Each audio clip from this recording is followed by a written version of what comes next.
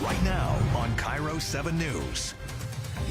We've all heard the warnings about the deadly dangers of fentanyl. Hundreds of Metro bus drivers have been complaining they and their passengers are being exposed to dangerous fentanyl smoke on a daily basis. Those drivers say this is an urgent public safety issue because they've become impaired by the secondhand smoke. Absolutely. And some of those drivers turned to KIRO 7's Gary Horker because they say the danger for them and thousands of other riders has reached the breaking point.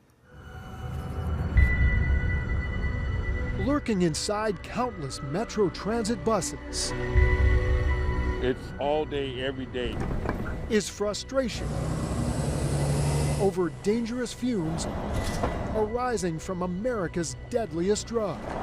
Every morning it's the same thing. Every day, Finette Blackbear says she rides a Metro bus to work along with the sharp odor of fentanyl smoke, which she says can make her sick. You wear 2 masks to protect yourself from this fentanyl smoke in the bus. I do, every day. These fentanyl pills, commonly known as blues on the street, have become so plentiful and so cheap on the streets from Seattle to Spokane and beyond. Police say they've replaced addiction markets of even heroin and meth. And the preferred method of using the blues is to roast them on tinfoil, burning the pills into smoke. Every other bus, I'd say, to be honest with you. People are smoking blues in the bus. Yeah, every other bus. Users inhale the noxious smoke with a straw, and the effect is immediate. We boarded Metro buses ourselves and often found the effects of fentanyl smoke hard to miss.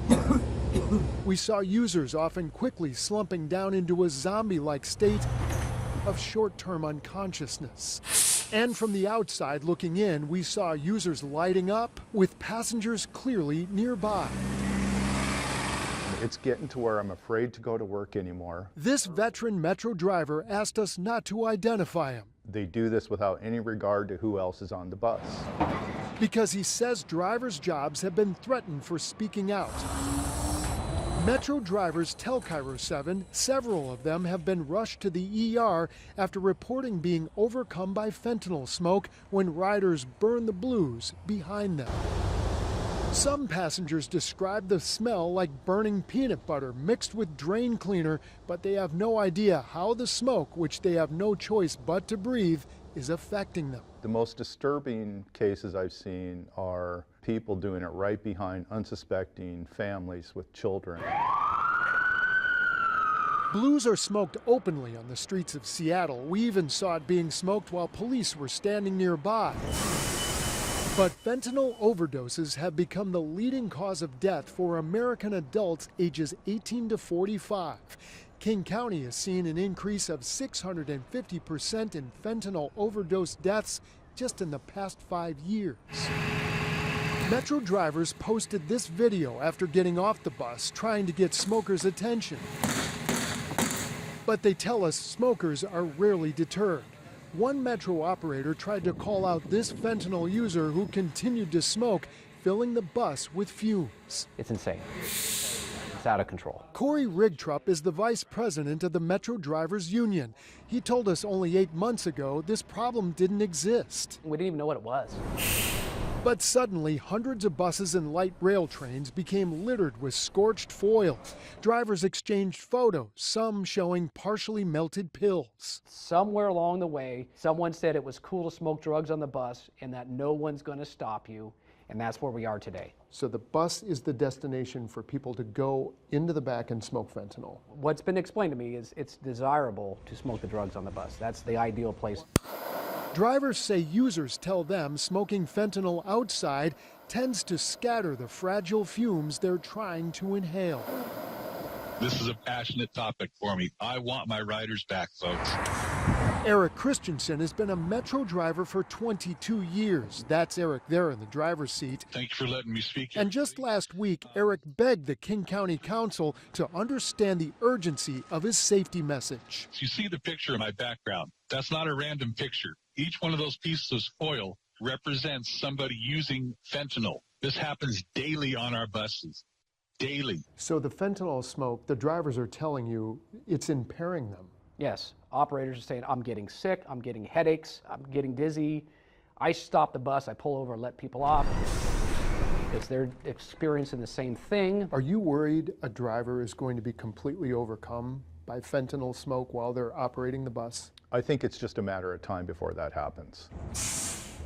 So only a few hours after we recorded that interview, that driver went to work and he became so sick, so overcome by fentanyl smoke on board his coach, his supervisor immediately took him out of service. He said it happened after a couple was openly smoking blue pills on the bus and they refused to leave. We could have a driver collapse. There's all sorts of scenarios that I worry about with a driver who may be high on fentanyl. Metro drivers have told KIRO 7 and their union transit police will not typically remove someone smoking fentanyl on board public transit. I've had King County Sheriff deputies within feet of the individual smoking and said they couldn't do anything. Metro unveiled a new pilot safety program just last week. The plan bolsters the number of unarmed guards to show riders a more visible security presence. You could put 200 security guards out there. It will not help out with the problem of smoking fentanyl on the buses. It's too widespread. Metro drivers tell us their security guards are not permitted to physically remove drug users. Drivers say if they report feeling impaired by the smoke, their supervisors call their first option going sick on the road. The only option they gave me was to go sick on the road, to shut the bus down, tell everybody to get off and end service. He says sometimes a fentanyl smoker refuses to leave and they seem to get priority. So they tell you there's nothing that you can do other than evacuate the bus and wait for the person to leave on their own. Correct. They would leave the person on until they decided they were ready to leave. Drivers say without security help, they themselves are their own last line of defense. I mean, Metro has a policy saying I can't eat potato chips on a bus, but smoking fentanyl's okay? Someone needs to enforce the rules of conduct.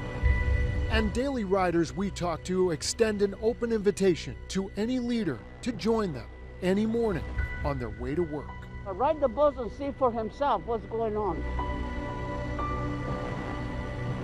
So this is a small magnification of a massive regional drug crisis. It's just on Metro right now because it's probably cold. Now, Metro told me they're hiring more security guards to increase their presence on Metro facilities and on buses, hopefully to create a deterrent for open drug use. And I talked to Metro Transit King County deputies, and they told me because of the Blake decision on the Supreme Court, small personal amounts of drugs, even fentanyl, you have that in your possession, you kind of wad up that foil, put it under the seat, it's unlikely they're going to be arrested while they're smoking fentanyl on the bus.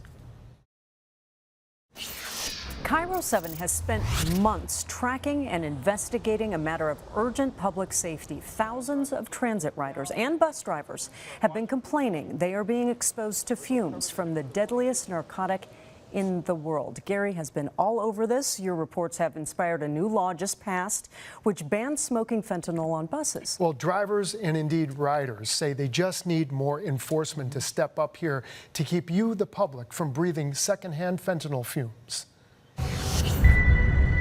More than 2,700 Metro Transit drivers steer the buses coursing the arteries of King County, safely carrying more than 200,000 riders every day.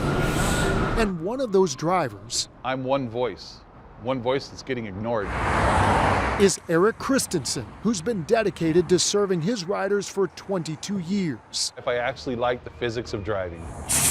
And a job he says he's always truly loved. You're familiar with this, right? I am familiar with it. The D-line, yep, You've driven that one? I have. Eric says he's risking his career to share his story with us, but he says his message is an urgent matter of public safety. This is personal now. This is about the people, the passengers. Over the last year, countless bus drivers like Eric started reporting disturbing sights mixed with very strong smells. All were signs of riders smoking the deadliest, most dangerous, and most prolific street drug in America. The signs are they put their head down and then start watching for the flame. The warm, still air inside buses and trains have made a preferred trendy location for a lot of fentanyl users to burn blue pills laced with fentanyl on aluminum foil. They inhale the rising smoke and the fumes. After they inhale or ingest, they can comfortably pass out, and no one's going to stop them. The DEA tells us these fentanyl pills are made in China to appear just like prescription painkillers. The only thing that's going to stop them is to interrupt, have something stronger than their desire to get high. Now, when we boarded, we saw some users quickly slumping into unconsciousness after exhaling fentanyl smoke, which has been described as the odor of burning popcorn mixed with drain cleaner. We recorded one fentanyl smoker from the outside who fired up pills on foil with riders all around him. We obtained this surveillance video showing that same man boarding the bus holding the foil, which he will use to smoke a fentanyl pill. Now, right away, other riders can clearly see and smell what's happening, and some of them quickly clear out. The man is seen inhaling the vapors through a straw, and he does something we hadn't seen before. He waits until the bus stops, the door opens, and he blows the fumes outside. So if you're asking them, please stop, please get off the bus. It's too late. It's too late.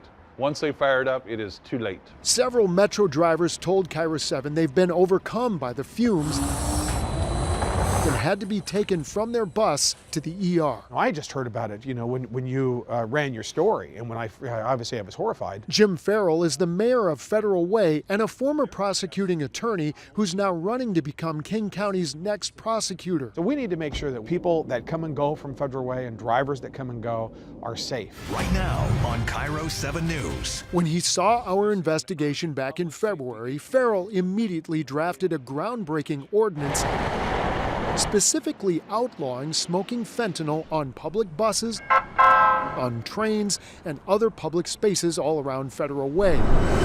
This is the only ordinance of its kind anywhere in our state. What will your law enforcement agency here be able to do that they can't do in other places? When they get a 911 call, either from a rider or a driver or anyone that's aware of this dangerous and reckless behavior, our police can come in and intervene.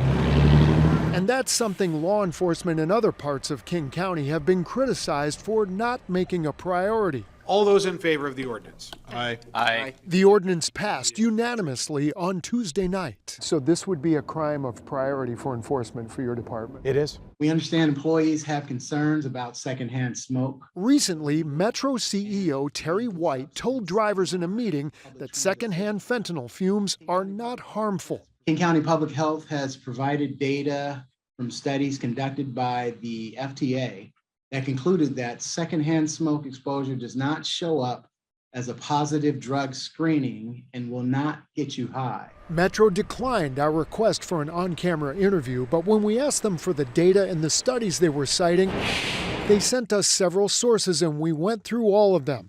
Some were studies about fentanyl exhaled by surgical patients, but none of them described the effect of opioid smoke on people in an enclosed space. I've been in this line of work for 20 years. I teach this to firefighters, EMTs, paramedics. Captain Gabe DeBay is a shoreline paramedic, and we asked him to read those studies. There are claims out there that fentanyl smoke does not put people at risk who are not directly smoking it. What do you say? I don't believe that to be correct. Captain DeBay's observation matched the King County medical examiners, which noted recently the majority of people dying from fentanyl overdoses are now smoking the drugs. I see people dropping every single day. From fentanyl fumes? From fumes that they ingested. But those are the same fumes that are burning on buses, burning in public spaces, and can go into people sitting next to them. And that's dangerous. Extremely dangerous. But it's the smoke from the pill that has not been inhaled. Imagine if you went to work one morning and there sitting on your desk was a person smoking fentanyl. And your boss comes up and says, don't worry about it. Let him do that. And it makes you cough and choke. You'd want something done. Eric is super courageous to step forward here, but he's on a little crusade to let people know this is a system that belongs to all of us. And everybody needs to know a simple possession around here. It's acceptable. It's just not prosecuted, so they're not going to pick people up for that. Since our first Metro report, Metro tells me they've actually expanded the range of transit security officers. Many of them are newly hired and trained, and they're trying to get more of those security officers on more of those buses to be a deterrent.